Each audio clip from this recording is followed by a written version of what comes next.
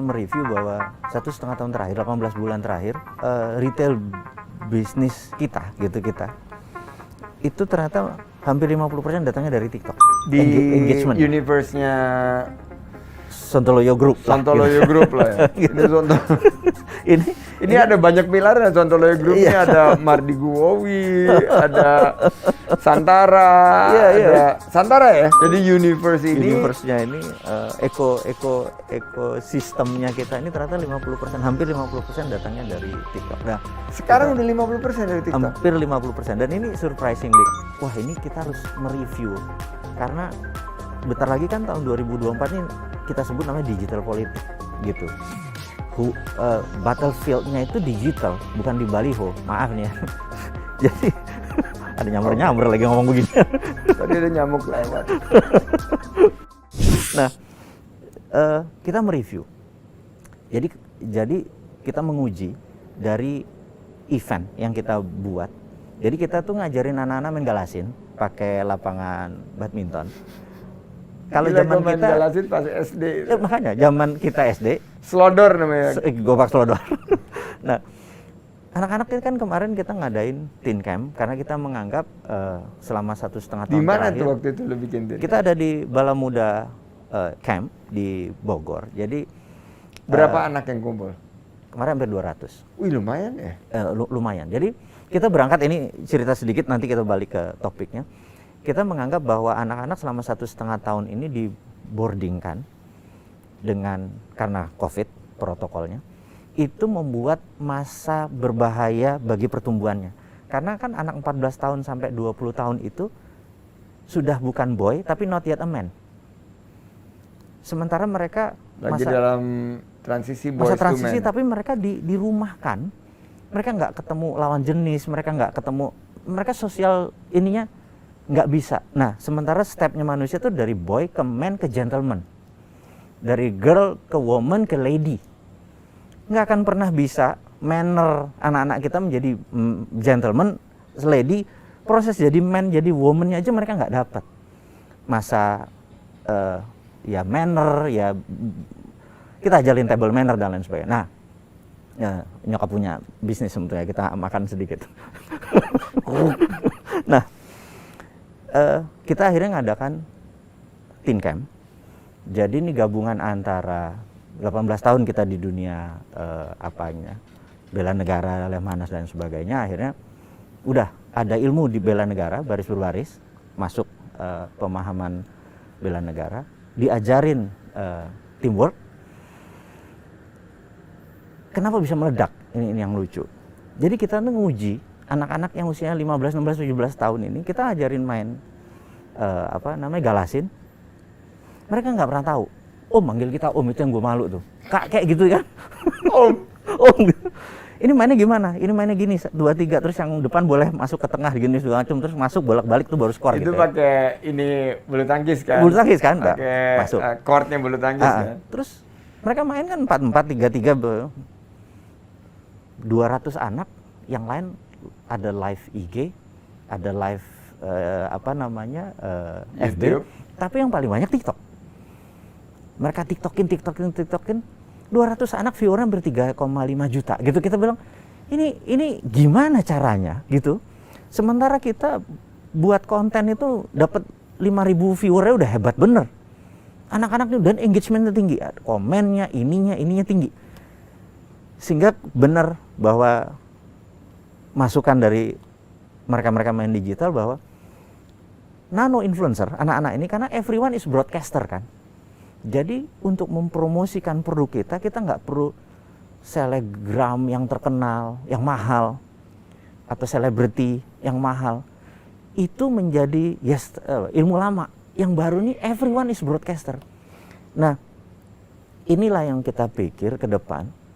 Produk kita harus bisa di TikTokan. Any produk UKM. TikTokable. Jadi UKM ini, teman-teman UKM harus bisa mempromosikan lewat sosial media. Dan yang gue pengen adalah kekuatan promo di Indonesia aja. Itu yang paling the best adalah mereka para traveler itu. Jadi kalau Kemenparekraf kita ini ngasih hadiah viewer tertinggi bulan ini untuk promosi daerah-daerah yang kita atau 5 destinasi utama kita dan lain sebagainya kita bawain itu, mereka akan kirim ke kita punya sosial media atau web kita atau kementerian. Itu ngeri, Chief. Jangan-jangan 1 miliar viewer dapatnya. Jadi yang kira-kira the yesteryears gimana kita engage selebgram segala macam itu udah mulai tergantikan dengan nano influencer. Dengan nano influencer. Jadi everyone is broadcaster sekarang.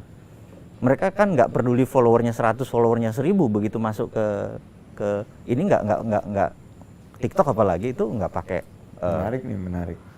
Apa nggak pakai berapapun follower karena kan dia media terbuka kan gitu. Itulah aku pikir wah ini kayaknya harus ada yang kita geser dan bisnis itu too fast, too furious gitu, bus gitu. Nah terakhir lagi kita mau buat rencana kerja nih 2022 di kita full dapat masukan bahwa Facebook Live itu emak-emak di Indonesia Timur yang pakai kamera gini nih jualan ember, jualan begitu, omsetnya gila-gilaan, ratusan miliar kali. Facebook Live, iya. Kalau gue di kalangan emak-emak itu masih banyaknya pakai Facebook Live. Iya. Facebook Live. Jadi mereka sudah mau ngalahin sinetron nih. Saya liatin, saya bilang gila 400.000 viewernya. Jadi hanya jualan ember, jualan barang-barang kelontong. Saya bilang ini game changing ini. Ini benar-benar ya teman-teman UKM harus sadar benar. Malah kepikir apa nanti di Bali kita ngajarin UKM free bagaimana menggunakan sosial media untuk sell themselves, bener nggak? Nah, halo guys. Banyak keseruan, salah satunya gue bisa bertemu 150 orang dari ujung Aceh sampai ujung timur Papua. Yang mau jadi orang-orang sukses wajib banget nih kesini nih. Dikeluarin semuanya potensinya biar jadi orang sukses. Gue jadi inget nih Bali. Chairman-nya Bali Tourism Board, temen gue Gus Agung. Siap. Ngundang kita nih. Oke. Nanti awal tahun. Oke. Kita briefing the industri dan pelaku parekraf Bali yang udah mungkin 2 tahun yang screaming lah udah. Screaming ya. Untuk punya satu mindset yang berubah. Dan prediksi Sontoloyo karena mereka kan ngelihat tuh lu punya prediksi tentang vaksin waktu itu. Terus konspirasi teori itu banyak yang tertarik juga, tapi ada bener ya kan mengenai bahwa ini adalah geopolitik China lawan Amerika dan lain sebagainya. Jadi nanti begitu ini karena lu ngomong Bali, kita arrange ya satu waktu ya. Ya mungkin weekend kali ya. Weekend ada 1-2 berseri gitu loh. Boleh dan mungkin kontribusi gue ya adalah gue pengen ajarin mereka menggunakan kekuatan sosial media ini untuk menjual dirinya gitu. Itu skill bukan skill yang mahal atau skill yang kita harus bayar gitu. Kayaknya ini bagian dari giving nih kayaknya nih. Satu itu, yang kedua ini bicara mengenai yang paling in banget nih, metaverse. Terus ya sisi lainnya adalah games dan lain sebagainya. Bagaimana view teman-teman di? Wah, kita di Dinaran. Ya, kita mau ceritain mungkin teman-teman nggak tahu Dinaran, tapi Dinaran adalah gold payout system gitu ya. Jadi itu mimpi kita.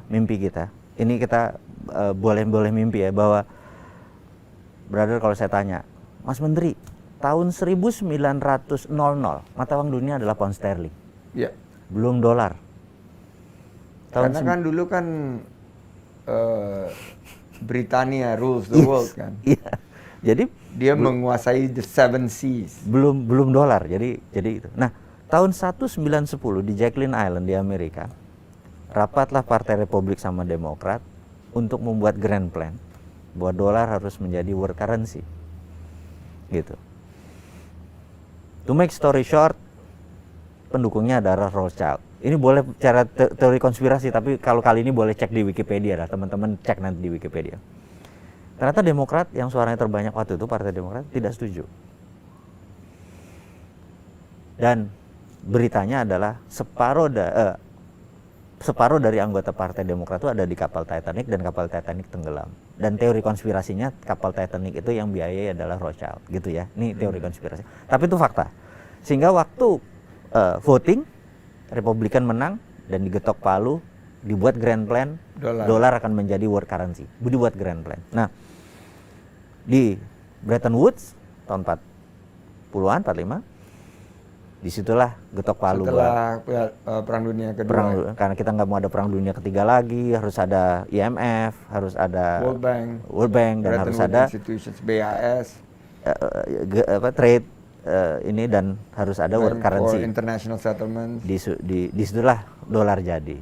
Ya. Nah ini grand plan-nya. Nah ini ada small meeting yang di tahun 2009.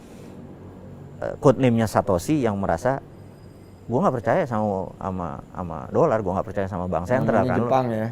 Ya, dan lahirnya Bitcoin. Jadi Bitcoin itu antitesa dolar sebenarnya, gitu. Karena dia pakai algoritmanya 21 juta Satoshi diterbitin, dikunci, dibuang, passwordnya nggak ada yang tahu, udah, jadi nggak akan nambah. Dan 18 juta sekarang sudah diputer di mining sama sekian banyak orang, akhirnya terjadi fluktuasi. Karena terlalu volatile belum bisa jadi currency. Tetapi di metaverse, currency-nya kemungkinan Bitcoin. Nah, udah bukan dolar lagi? Sudah bukan dolar lagi. Karena metaverse itu prinsip awalnya adalah ingin membuat dunia menjadi better living. Untuk offices, untuk dunia itu di metaverse. Jadi nanti kita nggak punya kantor. Kalau meeting cuma pakai VR begini aja, bro, di sini udah kelihatan lagi, bener nggak? Tetap di rumah. Jadi udah di metaverse, udah nggak pakai. Nah dunia ini hanya untuk walkable city segala macam, udah nggak ada industri, semua pindah ke sini gitu. Ini mengejutkan karena tuh fast ini yang kayak gini. Nah kita baru mau adapt aja gini udah jalan cepat. Jadi kita balik lagi, di Naran itu terpikir bahwa kalau rupiah adalah alat bayar, maka emas adalah alat tukar. Iya benar, alat. Jadi emas adalah rupiah adalah alat bayar, emas alat tukar. Jadi barter. Jadi kalau ditanya berapa harga gelas ini, 1 juta, itu harga. Berapa value-nya? 9 gram, misalnya gitu, emas. atau 0,9 gram emas. Itu contohnya. Nah, sistemnya di Naran ini bisa mentransfer emas tadi. Emasnya kita pindah ke brother punya, saya ambil ininya. Kalau brother perlu fisiknya, kita punya ATM gold, tinggal cetek ini ambil goldnya. Kita punya ATM gold, gitu. Ini agak sedikit cita-cita aja. Kalau Indonesia mau berdaulat ya 2045, 60% mata uang dunianya adalah menggunakan gold gitu, bukan mata uang, alat tukar. Jadi instead of dollar ini pakai ini kan cita-cita, bener nggak? Kita udah bangun infrastrukturnya, baru ada 300.000 member, transaksi per hari lebih dari 11.000 yang menggunakan bukan alat bayar, alat tukar gitu ya. Nah, jadi nanti minta tolong Brother Lutfi untuk naruh di Bapepti dan di Kementerian Perdagangan bahwa emas bisa merupakan alat tukar. Nah, itu kalau itu menjadi sah tuh, jadi legit. Itu di Kementerian Perdagangan ya? Ya. Bukan di BI atau di OJK? Bukan. Karena ini OJK kan investasi, ini bukan investasi gitu ya. Nah, ini semua sistem udah jalan. Oke. Kita apply ke metaverse untuk gold kita, e-gold kita itu menjadi payment di ini. Wah, sekarang kita lagi tender nih di metaverse. Jadi kita bener-bener gitu cepet sekali harus masuk gitu. Ya. Dan kita nggak tahu ya. Nah, pariwisata kita ini, kita mau ngeklaim Indonesia, planet Indonesia di sana. Jadi kalau mau berpariwisata di Indonesia bisa di metaverse. Lagi masa pandemi seperti begini, agak gila nih. Taruh klub. Iya, kita bisa lihat Bali. 5 destinasi super prioritas. Bisa berasa di sana. Dan itu nanti ada alat bayarnya. Oh, ini oleh-olehnya mau dibeli, realnya beli beneran. Ada nyampe ke rumah. Yes. Wah gila, ini. Jadi ini nyambung ya, kripto, NFT dan semuanya ya. Nyambung ya, jadi NFT. Jadi aset kita di dunia nyata Indonesia sekarang bisa di NFT-kan di metaverse. Duluin Daripada swasta yang duluin. Dan ini ternyata karena dari sisi ekonomi kreatif ya, kalau dulu kan kita intellectual property rights itu begitu kita beralih tangan selesai kan, selesai. putus kan. Yes. Ternyata Karena di pakai NFT blockchain. itu nggak pernah putus ya, Karena pakai blockchain. karena pakai blockchain. Karena jadi blockchain. terus. Oke, keren banget dan ngebayangin ini aja kita udah sangat excited.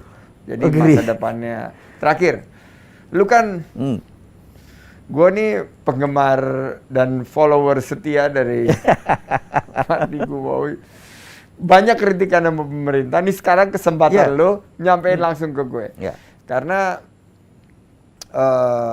gue senang sama lu karena lu fair. Jadi yang bener-bener, yang salah-salah dan konstruktif masukannya. Dan kalau bilang apa kebijakan kita ini ada yang sontoloyo, ya memang harus dikritisi dan harus diperbaiki gitu. Nah, masukan dari Bosman buat kami di pemerintah. Top 5 inputs. 5 masukan Bosman buat 2022. Oke, jadi kita nggak anti vaksin, tapi kita pro antibodi tinggi. Jadi kita kalau bisa, anak-anak yang di bawah 12 tahun dites antibodinya. Kalau di bawah 200.000 ya baru dikasih vaksin. Kalau nggak mereka antibodinya bagus, supaya kita hemat anggaran nih, gitu.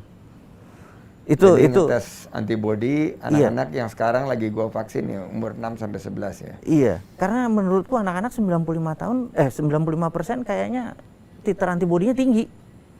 Jadi kita safe ini ya. Ini kita mau Oke, safe. itu pertama. Itu kedua. Catat Terus ya. untuk dari yang luar negeri, karena kita tahu masa inkubasinya si Omikron ini 3 hari. Ya, oke. Jadi jangan 10 hari dong. Berapa? Ya 3 hari aja. 3 hari. Gitu. Itu karena kita mau mempromosikan. Oke, gimana caranya kita mendorong? Jadi berarti dengan kebijakan naruh 10 hari 14 hari nggak akan mendiscourage atau mengalihkan kunjungan ke luar negeri ke Indonesia, itu nggak efektif ya? Nggak efektif.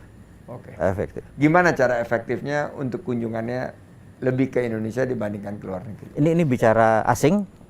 Enggak. Indonesia kan kita ngomong apa yang ada di dalam negeri dulu, kayak China aja kan. China kan 28 hari. Jadi kita pengen Indonesia for Indonesia. Ya, insular economies kita kan gede. Kemungkinan kita bisa survive aja udah. Nggak ada wisatawan asing, jeblok 1 juta. Ekonomi kita masih tumbuh 5%. Jadi untuk dalam negeri hilangkan PCR. Untuk dalam negeri hilangkan PCR. Nggak ada PCR, antigen aja. Udah kan? Sekarang masih ada PCR 3 hari segala. Oh, karena Omikron ini. Karena Omikron ini. Oke. Di antigen. Antigen aja ya? Di antigen aja. Oke, jadi yang untuk karantina balik ke 3 hari. Balik ke untuk 3 yang dalam hari. negeri PCR dihilangin, digantiin antigen. Antigen aja gitu. Jadi antigen cukup fair gitu ya. Memang cukup fair dan itu bisa dengan Lindungi Peduli cepat sekali. Ini kita udah nggak sabar pengen apa ya? Ya protokol ini tetap ya. Kalau perlu pakai sanksi nih kalau ini ditangkap kamera udah mulai kayak tagihnya 500.000 langsung.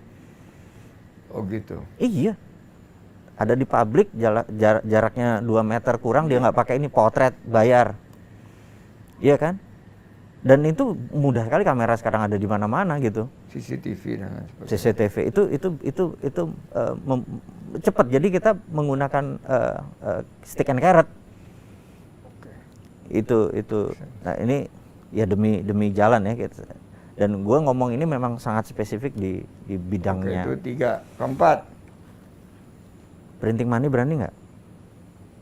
Kita udah printing money kemarin. Kurang. Underlayingnya harus sektor produktif. Nah jadi UKM produktif ini yang dikasih bukan untuk krediman. Oke. Itu Jadi supply side ya. supply side. Nah ini kita nanti spesial ya mengenai printing money ini karena kita itu tapi itu bukan ranahnya ini ya. Iya nggak apa, tapi kita ajak aja duduk. Ya kalau boleh malah kalau kita mau sekaligus supaya pada ngerti, ajak di sini duduk Sri Mulyani misalnya. Ajak Pak Peri. Kemarin Pak. Karena kan udah 2 sekarang kan, BI ada burden sharing kan sekarang. Iya, kemarin Bro Gita dengan Bu Sri kan, gitu. Bilang, wah, ya kita ajak terus bentar kita. lagi berempat nih boleh juga. Tapi kan kalau Bro Gita tuh kan proper kan, dia nggak kayak kita. Kita kan acak aduk. Kalau kita kan dari anak jalanan, pengusaha. Dia kalau Bro Gita Harvard bro. Sekali lagi ini kan apa related dengan kita punya ini. Yang gue pengen nih, ini mungkin nggak ada, bukan bukan mengkritik, tapi ini minta mengambil momen. Mungkin bukan nomor 5 jadinya, mungkin 4 aja. Ini mau ngambil momen nih begini. Yuk kita bareng-bareng. Kita tahu bahwa G20 di bulan Oktober itu adalah kita ambil sebagai moment of greatness pariwisata internasional ke Indonesia. Ini moment of greatness karena di hari itu 20 kepala negara hadir beserta organisasi di negara tersebut datang di Nusa Dua. Itu kan Oktober. Novembernya harusnya meledak. Dan itu terus nggak akan pernah slow down. Dan nomor 1, gue lupa. Congratulations, you've been 1 year di posisi ini, gitu ya. Dan Selamat. waktu itu, kenapa congratulations? Karena posisinya lose situation sebenarnya. Bukan win-lose loh, bukan win-win. Your position waktu ngambil itu kan lose-lose. Iya. Ya COVID lah, ya anggaran nggak ada lah, bener nggak? Dan lain sebagainya, terus asing nggak bisa masuk, lokal nggak bisa jalan. Jadi, oke, itu udah terjadi. Tapi kapan kita mau ngambil momen take off-nya nih? Jadi sekaliannya kita propose ke pemerintah nih. Yuk kita bareng-bareng ngerapihin dari mulai Januari sampai September. Kita ngerapihin untuk kedatangan orang-orang asing di Indonesia mulai November itu kan meledak terus gitu. Nah, ini jangan sampai miss. Jadi anggap aja kalau di dunia kenal dengan single day kan, 11.11. Itu Harbol dunia, hari belanja online dunia. Harbol Dun. Jadi kita hari tahu bahwa belanja online dunia. Si Alibaba ini di Tiongkok ini punya yang single day. Itu adalah tadinya mau pampers orang-orang yang jomblo, yang single. Di Pampers nih gue kasih murah barang-barang dan lain sebagainya, promo. Ternyata satu hari pada saat hari itu bisa $50 billion one day. Indonesia niruin 12-12 sebagai Harbolnas. Kemarin hampir berapa? 15 triliun. Iya, 15. Gitu. Itu ya, itu. Dan ini kan kayak kalau dulu Thanksgiving kan nggak? Yes. Jadi apa tuh? Ya, antara Thanksgiving sama ya, ada Boxing Day lah apalah dia. Ini ya nah kita mau ngambil sebagai moment of greatness pariwisata. Jadi kalau ada di Indonesia aja, untuk orang Indonesia, sekarang ada ke Indonesia aja, dari luar ke dalam. Jadi ke Indonesia aja. Jadi dunia kita akan promo. Dari Januari sampai September kita persiapkan. Dan kemarin ini kan waktu finance track sama Sherpa, bagian dari G20, udah nggak pakai karantina, kita pakai bubble. Nah, evidence based zero case.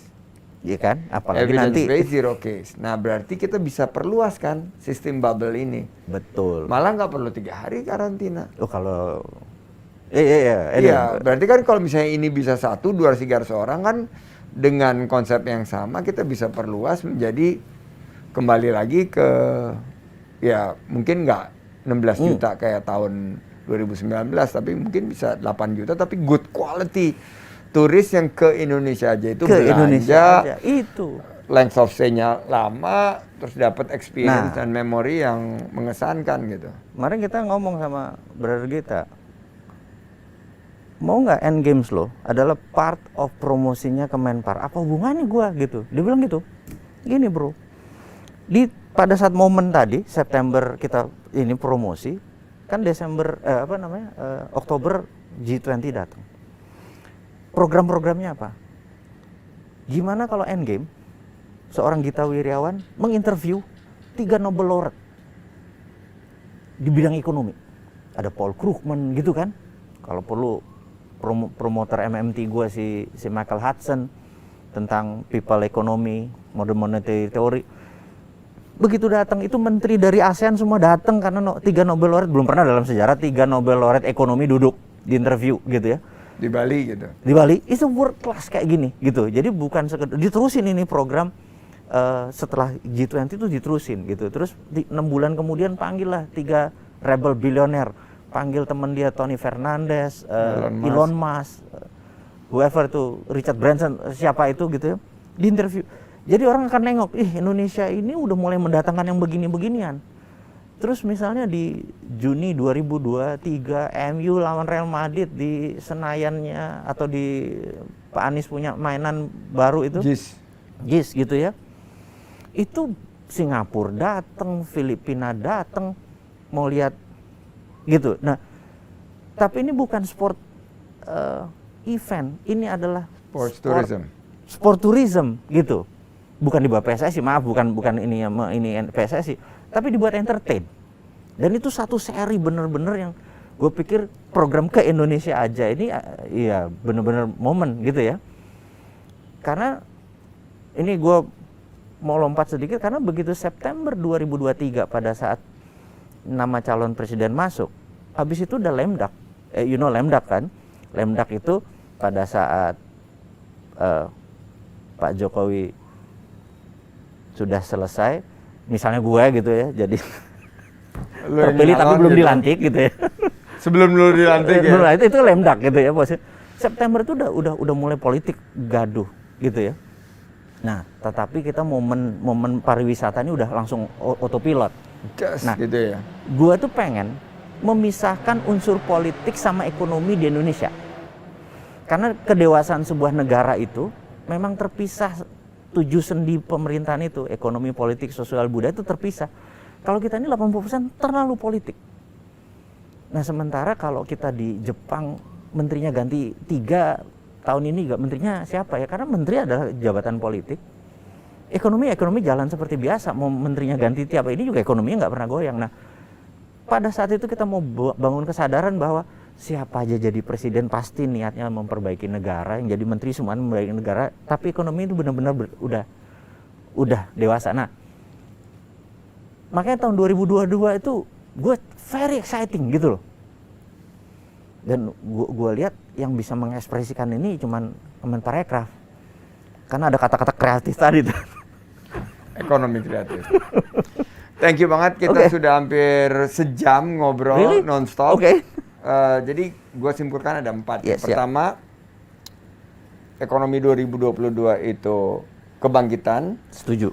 Dan salah satunya adalah lokomotifnya pariwisata dan ekonomi kreatif. Tapi ini bakal banyak lapangan kerja tercipta karena Januari sampai September kita persiapkan, kita kembangkan ide-ide baru tadi. Betul. Termasuk Endgame, termasuk persiapan World Tourism Day. Yes.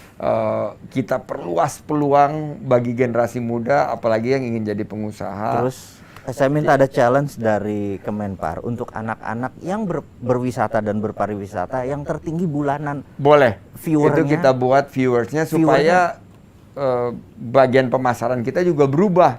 Yang selama ini billboard dan lain sebagainya. Atau pindah ke nano influencer. Sebagian boleh lah yang biasanya di Asian Food Network atau yang di itu Netgeo lah, tapi yang nano influencer ini dapat space. Jadi ciptakan peluang baru dengan ide-ide baru, bangkitkan ekonomi, buka lapangan kerja seluas-luasnya. Kedua, kebangkitan ekonomi ini juga ada yang kalau tadi nano influencer, ini ada nano destination.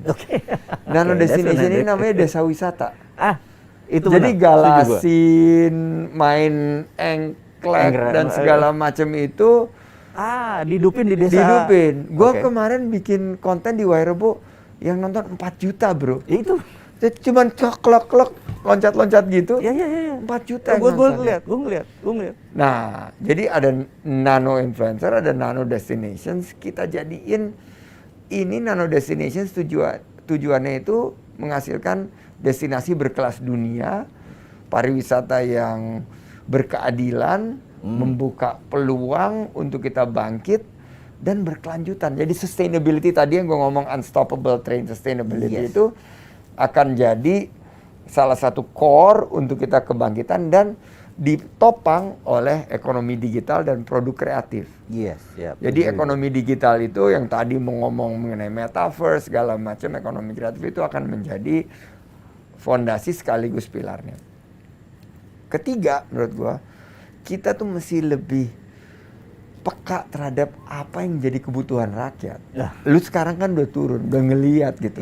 Rakyat sekarang udah nggak kayak dulu. Dia udah punya kemauannya sendiri dan kemauan sendiri sekarang mereka ingin ekonomi kerakyatan. Contohnya, kenapa tadi Dinaran dan kalau bicara mengenai Santara dari segi UMKM, karena ekonomi kerakyatan ini lebih menjangkau dan lebih berkeadilan, lebih bisa merata gitu loh. Dan UMKM kalau tadi supply side untuk printing money, sebetulnya tanpa gua ini kelihatannya make sense dengan memahami kebutuhan rakyat. UMKM yang selama ini belum dapat bisa dijangkau dengan program. Dan terakhir 2022 ini kita mesti betul-betul geraknya cepat. Yang itu cek karena semuanya bergerak dengan cepat. Kita harus hadir dengan ketegasan dan pemerintah memasuki mau karena waktunya nggak banyak, 2023 udah political cycle lagi. Kita harus hadir dengan tegas, gerak cepat karena tantangannya udah di depan mata. Jadi itu yang gue ingin akhiri. Terima kasih banget. Sama-sama. Jadi kita next engagementnya di Bali. Sama teman-teman dari pelaku industri di sana untuk kebangkitan, dan see you dalam 1-2 bulan ke depan. Tetap semangat. Thank you. Selamat tahun baru. Dan jaga protokol terus. Dan jaga protokol kesehatan. Kita berdoa yang terbaik. Amin. Tapi kita bersiap-siap untuk kemungkinan yang mungkin akan penuh tantangan. Tapi saya yakin sukses untuk bisnis bro. Sama-sama. Sampai jumpa di lain kesempatan. Terima kasih. Untuk Bosman Mardi Guwowi, saya Sandiaga Salahuddin Uno. Open for business dan majulah ekonomi Indonesia. Assalamualaikum warahmatullahi wabarakatuh.